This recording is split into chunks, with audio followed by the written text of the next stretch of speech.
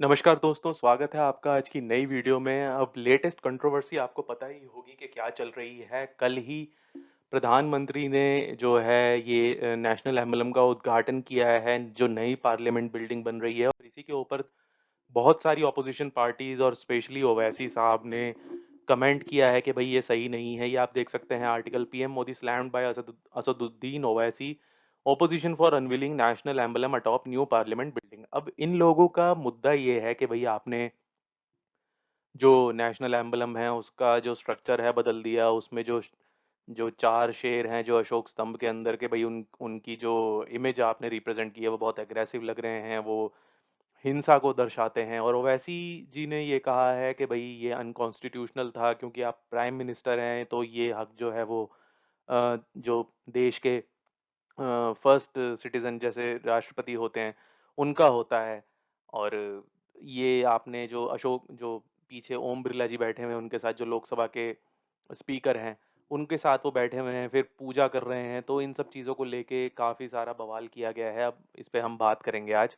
अब prime minister Narendra Modi has violated all constitutional norms by unveiling the national emblem atop the new parliament building as per AIMIM chief Asaduddin Owaisi. ये इनका कहना है कि भई आपने सारे कॉन्स्टिट्यूशनल जो नॉर्म्स हैं उनको तोड़ दिया है। और आगे वो ये कहते हैं कि एक रिलीजियस रिचुअल वो कर रहे हैं, वहाँ पे पूजा पाठ कर रहे हैं उस लोकेशन पर। और नेशनल एंथम जो है that was cast on the national emblem that was cast on the roof of the new parliament building, वो गलत है उनके हिसाब से कि भाई किसी धर्म से नहीं जोड़ना चाहिए। At the inauguration he was joined by, अब जब इनॉग्रेशन हुई तो उस वक्त पर उनके साथ हरदीप सिंह पुरी जो union minister of housing and urban affairs हैं, Om Birla the speaker of Lok Sabha, Harivansh the deputy chairman of the Rajya Sabha, काफी सारे लोग मौजूद थे। ये आप देख सकते हैं इस फोटो में। और इस ऊपर इनका ट्वीट है, ये कहते हैं कि भाई कॉन्स्टिट्यूशन जो हमारा संविधान है वो पार्लियामेंट की पावर, सरकार की पावर और जुडिशरी की पावर को अलग अलग करता है। और क्योंकि प्राइम मिनिस्टर जो हैं वो हेड ऑफ गवर्नमेंट हैं, उनको national emblem atop new parliament building पर अनवील करने का राइट नहीं है। ये काम राष्ट्रपति को करना चाहिए था। फिर उसके बाद ये लोकसभा के जो स्पीकर हैं उनके लिए कहते हैं कि जो Lok Sabha represent speaker of Lok Sabha represent Lok Sabha which जो सबॉर्डिनेट नहीं है गवर्नमेंट की, कि भाई आप हर काम में उनके पीछे बैठे जाके या उनके साथ रहें। तो पीएम ने जो है वो सारे कॉन्स्टिट्यूशनल नॉर्म्स को वायलेट किया है। उसके बाद काफ़ी सारी लेफ्ट पार्टीज़ भी आ गई, ऑपोज़िशन भी आ गई, इन सब ने इनको काउंटर करना शुरू कर दिया कि भई आप रिलीजन को मिक्स मिक्स मत कीजिए एम्बलम के साथ। और उसके बाद फिर महुआ मोइत्रा, जयदीप सरकार, इन लोगों ने बोलना शुरू कर दिया कि भई ये इंसल्ट है नेशनल सिंबल की। TMC leader attacks Modi government over Ashokan lion's, ये आप देखेंगे आर्टिकल। इसके बाद हुआ क्या कि जो स्पेशली हरदीप सिंह पुरी जी हैं, इनको क्लैरिफिकेशन देना पड़ा, इनको ट्विटर पर शेयर करना पड़ा, क्योंकि जब इतने सारे लोग बोलने लग गए तो जाहिर सी बात है कि नोन पर्सनालिटीज़ हैं, पॉलिटिशियंस हैं, काफ़ी लोग इनको फॉलो करते हैं, फॉलोइंग अच्छी खासी है। तो फिर एक रिस्पॉन्सिबिलिटी बन जाती है कि आपको जवाब देना चाहिए। और वही इन्होंने किया यहाँ पर कि भाई sense of proportion and perspective, beauty is famously regarded as lying in the eyes of behaviour be holder, so is the case with calm and anger the original Sarnath. इन्होंने कहा कि जो ओरिजिनल सारनाथ एम्बलम है वो 1.6 मीटर हाइट के हैं, जबकि जो नया एम्बलम जो पार्लियामेंट के ऊपर स्थापित किया गया है उसकी हाइट 6.5 मीटर है। तो उसकी वजह से जब उसकी लंबाई बढ़ गई और आप जो एक पॉइंट ऑफ विजन होता है, आप नीचे से ऊपर की तरफ देखेंगे तो वो शेर के दांत दिख रहे हैं या कुछ अलग दिख रहा है, फिरोशियस दिख रहा है, एंग्री दिख रहा है, इस तरह की बातें होना लाजमी है। उसके बाद इन्होंने एक दूसरा ट्वीट, ये सीरीज ऑफ शेयर थी, इन्होंने एक थ्रेड शेयर की थी। उसके बाद जो अगला ट्वीट था इस थ्रेड के अंदर वो ये था कि ये नेशनल एम्बलम लगाया गया है नई पार्लियामेंट बिल्डिंग के ऊपर, ये एग्जैक्ट रेप्लिका है ओरिजिनल का। और कोई भी डिफरेंस इसमें नज़र नहीं आ रहा। It would बेयरली visible beyond the peripheral rail. और जो एक्सपर्ट्स हैं उनको पता होना चाहिए कि ओरिजिनल जो है सारनाथ में प्लेस है ग्राउंड लेवल पर, तो आप उसको नीचे से ऊपर की तरफ नहीं देख पाते, वो ग्राउंड लेवल पर है, तो आपकी आंखों को ऐसा लगता है क्योंकि आपकी आई लेवल पे होता है वो, कि जो शेर उसमें बने हुए हैं वो फिरोशियस नहीं है या उनका मुंह खुला हुआ नहीं है सामने से देखने पर, वो एक अलग इंप्रेशन क्रिएट करता है। और जो न्यू एम्बलम है वो 33 मीटर की हाइट पर है ग्राउंड से। तो उसके बाद इन्होंने तीसरा ट्वीट शेयर किया कि इस चीज़ को एप्रिशिएट करना चाहिए, impact of angle, height, scale when comparing the two structure. इन चीज़ों का आपको ध्यान में रखना चाहिए। इफ अगर कोई सारनाथ एम्बलम को देखेगा, जो नीचे इन्होंने 2 तस्वीरें दी हैं, तो वो बिल्कुल सेम टू सेम लग रहा है। इट लुक एज़ काम और angry as the one being discussed. तो ये दोनों इमेजेस आप देख सकते हैं। अब आप खुद तय कर सकते हैं कि इस इनकी कही हुई बात में कितना जो है सच है, कितना झूठ है। उसके बाद इन्होंने ये भी कहा है कि अगर सारनाथ जो एम्बलम है was to be scaled up or the emblem of the new parliament building is reduced to that size, there would no be any difference। के मतलब भाई या तो हम सारनाथ वाला जो एम्बलम है उसको बढ़ा दें या फिर जो पार्लियामेंट के ऊपर है, उसको घटा दें, तो उसमें कोई डिफरेंस आपको नजर नहीं आएगा। और इस बारे में जब जो उसके मेन स्कल्पचर हैं जिन्होंने ये बनाया है, सुनील देओरे, उनसे जब पूछा गया तो उन्होंने ये कहा कि किसी भी तरह का इन्फ्लुएंस शामिल नहीं था।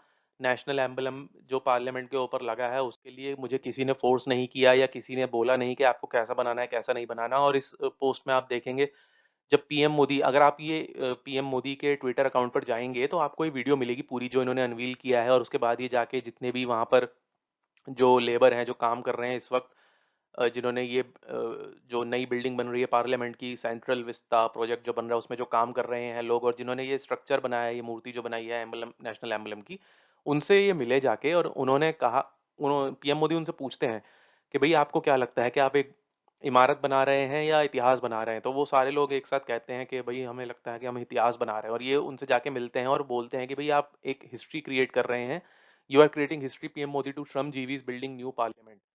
यहाँ पर आप देख सकते हैं ये 2 ट्वीट्स का स्क्रीनशॉट है पीएम मोदी के ट्विटर अकाउंट का, जहाँ पर इन्होंने ये वीडियो शेयर की थी। आप जाएँगे तो आपको वीडियो दिख जाएगी, क्योंकि मैं ये वीडियो ज़्यादा लंबी हो जाता है इसलिए मैं उस वीडियो को इसमें इन्वॉल्व नहीं कर रहा हूँ।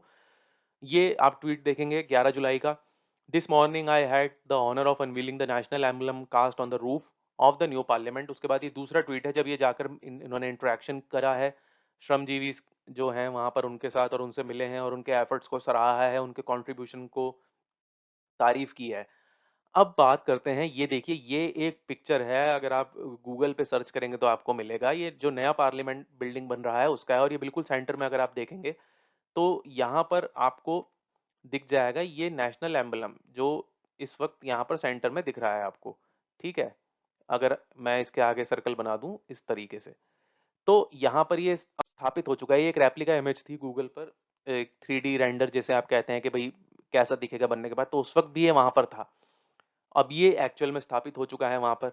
अब थोड़ी सी बात करते हैं कि जो ये बिल्डिंग बन रही है, टोटल जो ये प्रोजेक्ट पूरा चल रहा है जो न्यू पार्लियामेंट का, इस इसके थोड़े से फैक्ट्स के बारे में जानते हैं कि भाई what it will be like, कैसा होगा। तो ये 4 स्टोरी स्ट्रक्चर है जो टोटल 64,500 स्क्वायर मीटर के अंदर बन रहा है, जिसमें सिटिंग कैपेसिटी जो है वो 1224 एमपीस की होगी। अभी की जो पार्लियामेंट है, बहुत सारे लोगों ने क्वेश्चन किया था कि नई पार्लियामेंट बिल्डिंग बनाने की आखिर जरूरत क्यों पड़ रही है।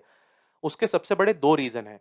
पहला रीज़न ये है कि जो अभी की जो बिल्डिंग है पार्लियामेंट की, उसके मेंटेनेंस पे हर साल इतना खर्चा होता है उसके रख-रखाव पर, क्योंकि वो पुरानी हो चुकी है, क्रैक्स आते रहते हैं, कमज़ोरी बिल्डिंग कमज़ोर होती रहती है, नींव कमज़ोर होती रहती है। उसकी मेंटेनेंस पर इतना खर्चा हो चुका है अभी तक, के उतने में ये नई पार्लियामेंट बिल्डिंग बहुत पहले बन चुकी होती। और क्योंकि जो नया स्ट्रक्चर होता है, वो ज़्यादा लंबे समय तक टिकता है। ये तो आप लोगों को भी पता ही होगा। इस पहला रीजन तो ये था। दूसरा रीजन ये था कि जो सिटिंग कैपेसिटी है पुरानी पार्लियामेंट बिल्डिंग के अंदर, वो बहुत कम है। और अब क्योंकि देश की आबादी बढ़ रही है, तो देश की आबादी के साथ साथ उस आबादी को रिप्रेजेंट जो लोग करते हैं लोकसभा और राज्यसभा के अंदर, एमपी एमएलए, उनकी संख्या भी बढ़ेगी, लेकिन उनके बैठने की जगह ही नहीं है। अभी जब आप देखेंगे, अगर कोई वीडियो देखेंगे या अगर आप कभी जाने का मौका मिले आपको संसद के अंदर, तो आप देखेंगे कि जब वहां पर पूरा सारे सांसद अवेलेबल होते हैं, तो सीटों के बीच में इतना गैप भी नहीं है कि वो अपने पैर भी सीधे कर पाएं। उनके घुटने लगते हैं, मतलब इतना कंजस्टेड और इतना कम स्पेस है वहां पर। तो ये 2 रीजन थे। तीसरा रीजन ये था कि अभी जितने भी पार्लियामेंट और पार्लियामेंट के आसपास जितने ऑफिसेज हैं जो मतलब कनेक्टेड हैं, जिनमें सारा काम पार्लियामेंट से फाइल ले जाना या फाइल भेजना, ये सारे चीजें होती हैं, वो दूर दूर हैं। तो आने जाने में 15-20 मिनट मान लीजिए खराब हो जाते हैं। एक एक बार अगर कोई ऑफिसर गया, मान लीजिए कोई फाइल है या कोई काम है, तो 20-25 मिनट जाने के, 20-25 मिनट आने के। अब जो ये पूरा सेंट्रल विस्ता प्रोजेक्ट जो बन रहा है, ये एक आप समझ लीजिए एक जैसे सोसाइटी होती है, गेटेड सोसाइटी, एग्जाम्पल के लिए बता रहा हूँ, उसी तरीके से ये पूरा प्रोजेक्ट बनेगा जिसमें ये न्यू पार्लियामेंट बिल्डिंग होगी। और अगर आप गूगल मैप पर या गूगल पर देखेंगे तो आपको दिखेगा कि उसके आसपास ही पूरा कॉरिडोर बन रहा है, और वहीं पर सारी जो इम्पोर्टेंट ऑफिसेज होंगे मिनिस्ट्री के या जितने भी जिनसे काम पड़ता है रोजमर्रा में, वो सारे ऑफिसेज गवर्नमेंट के वहीं हो जाएंगे वॉक इन डिस्टेंस पे। तो वो टाइम बचेगा ट्रैफिक में जाने का, आने का, पोल्यूशन कम होगा, फ्यूल की भी सेविंग होगी। तो बहुत सारी चीजों को ध्यान में रखा गया है इस प्रोजेक्ट को पास करने में, और ये प्रोजेक्ट की बात तब से चल रही थी जब पिछली गवर्नमेंट थी, ऐसा नहीं है कि इन्होंने रातों रात ये लॉन्च कर दिया था। ठीक है। उसके बाद इसकी टोटल कॉस्ट को लेके भी बहुत बवाल हुआ था। अब इसकी जो कॉस्ट है वो 970 करोड़ रुपीस है, जो और इसका जो एस्टिमेट है वो 2022 तक ये कंप्लीट होगा, और ये सेंट्रल विस्ता रीडेवलपमेंट प्रोजेक्ट का पार्ट है।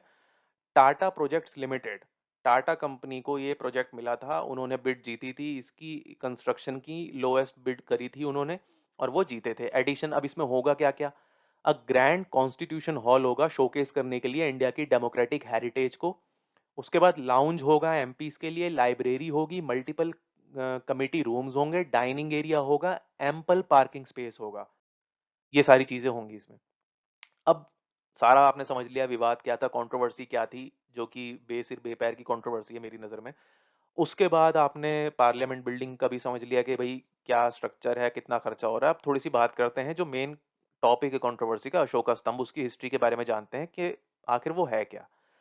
तो इंडिया को इंडिपेंडेंस मिली थी 15 अगस्त 1947 को, लेकिन जो कॉन्स्टिट्यूशन अडॉप्ट किया गया था वो 26 जनवरी 1949 को किया गया था, और लागू हुआ था 1950 को, 26 जनवरी 1950। तो अब इस स्पेशल डे पे गवर्नमेंट ऑफ इंडिया जो है उन्होंने अशोका पिलर को अडॉप्ट किया एज ए कॉन्स्टिट्यूशनली सिंबल। लेकिन सिर्फ इतना ही हिस्ट्री नहीं है, इसके आगे भी है। आपको ये जानना होगा कि अशोका पिलर आया कहाँ से, व्हाट इज इट्स सिग्निफिकेंस। और जब आप इसके बारे में जानेंगे और थोड़ा सा डीप में जाएंगे तो आपको पता चलेगा कि सन 273 बीसी में जब इंडिया में रूल किया जा रहा था एम्परर अशोका के द्वारा, जो तीसरे किंग थे मौर्यन डायनेस्टी के, emperor Ashoka was considered a very cruel ruler in this period. उनको बहुत ही क्रूअल माना जाता था, लेकिन कलिंगा वॉर के बाद उनका जो है आत्मबोध जागा, उनको ये रियलाइजेशन हुआ कि ये भाई सब बेकार है, खून खराबा, मार, लड़ाई काट, ये सब चीजें। और जो मैस्केर हुआ था उसको देख के वो शॉक हो गए, और उन्होंने अपना सारा राजपाट त्याग दिया और वो बुद्धिज्म में कन्वर्ट हो गए। उसके बाद वहीं से अशोका पिलर का जन्म हुआ। In fact emperor Ashoka after adopting Buddhism got involved in its preaching. उन्होंने उसको धर्म को फैलाना शुरू करा। उन्होंने एक पिलर बनाया जिसमें 4 लॉइन थे जो रोर करते हुए चारों दिशाओं में, जिसको और अक्रॉस द कंट्री उन्होंने इस सिंबल को फैलाने के लिए प्रयास किया। द लेकिन सवाल हमेशा बना रहा लोगों के दिमाग में कि शेर ही क्यों चुना अशोका पिलर के लिए। तो बहुत सारे रीजन है उसके पीछे। लॉर्ड बुद्धा को कंसिडर किया जाता है synonymous of lion, synonymous of Leo. तो एक तो रीजन ये भी कहते हैं। उसके बाद जो 100 नेम्स हैं बुद्धा के, उसमें से एक शाक्य सिंह, नर सिंह, apart from this the dharma preached by lord Buddha in Sarnath is known as singh roar, मतलब शेर की दहाड़। जो उन्होंने वहां पर भाषण दिए थे धर्म के प्रचार के लिए, बुद्ध धर्म के प्रचार के लिए, उसको शेर की दहाड़ कहा जाता है। तो ये कुछ रीजंस थे। उसके बाद इसी वजह से ये फिगर्स जो हैं, ये 4 लॉइंस की इंपॉर्टेंस इतनी ज्यादा बढ़ी उसको जो बुद्धिज्म के अंदर, और अशोका पिलर का जन्म हुआ। इतना ही नहीं, एम्परर अशोक जो थे उन्होंने एक सिमिलर पिलर बनाया है सारनाथ में, जिसको अशोका स्तंभ का नाम दिया गया। अब इसमें 4, आपको पता ही है 4 शेर होते हैं अशोका पिलर में, लेकिन लोगों को सिर्फ 3 ही दिखते हैं, जो पीछे वाला होता है वो नहीं दिखता। The reason is of this is that is round in shape. Under the Ashoka pillar, the shape of bull and horse is visible. एक बुल की और घोड़े की आकृति भी इसमें दिखाई देती है। The circle that appears between these two is the national emblem of the national flag. जो national flag के अंदर हमारे बीच में जो अशोक चक्र होता है, वो भी इसमें दिखाई देता है। अब अशोका पिलर को लेकर रूल क्या है, जो एज पर एग्जिस्टिंग लॉज हैं रिगार्डिंग अशोका पिलर, उसमें ये कहा गया है कि अशोका पिलर सिर्फ और सिर्फ कॉन्स्टिट्यूशनल पोस्ट जिनके पास है उन्हीं के द्वारा जो है यूज किया जा सकता है, जिसमें president of India, vice president, prime minister, union minister, governor, lieutenant governor और judiciary and the top officials of government institutions हैं। लेकिन आफ्टर रिटायर, जब वो रिटायर हो जाएंगे, no former officer can use this national symbol without any authority. तो ये इस बात का आपको ध्यान रखना है कि बिना अथॉरिटी के आप यूज नहीं कर सकते इसका। और कानून है कि अगर कोई कॉमन सिटीजन अशोका पिलर का यूज करता हुआ पाया गया तो 2 साल की सजा और 5,000 रुपए तक का फाइन है उसके ऊपर। तो ये एक अपडेट वीडियो थी। आई होप आपको ये वीडियो पसंद आई होगी। इसमें काफी सारी चीजें कवर करने की कोशिश की गई है कि कंट्रोवर्सी क्या थी, अशोका पिलर क्या है, उसका इतिहास क्या है, ऑपोजिशन पार्टीज का क्या कहना है, रूलिंग पार्टी का क्या कहना है, सारी चीजें, पार्लियामेंट बिल्डिंग वगैरह सब कुछ एग्जाम पॉइंट ऑफ व्यू से। आई होप आपको काफी पसंद आई आएगी ये वीडियो। और अगर वीडियो पसंद आए तो वीडियो को लाइक कीजिएगा, लोगों के साथ शेयर कीजिएगा, चैनल को सब्सक्राइब कीजिएगा और बेल आइकन का बटन जरूर दबाइएगा ताकि अगली वीडियो की नोटिफिकेशन आपको सबसे पहले मिले। आपके क्या विचार हैं, आपकी कोई डिमांड है जो आप वीडियो देखना चाहते हैं, कोई पर्टिकुलर टॉपिक है तो कमेंट सेक्शन में जरूर बताइएगा। अपना ध्यान रखिएगा और अच्छे से पढ़ाई करते रहिए। जल्दी ही मिलते हैं आपसे एक अगली वीडियो में। तब तक के लिए जय हिंद, जय भारत, वंदे मातरम, भारत माता की जय।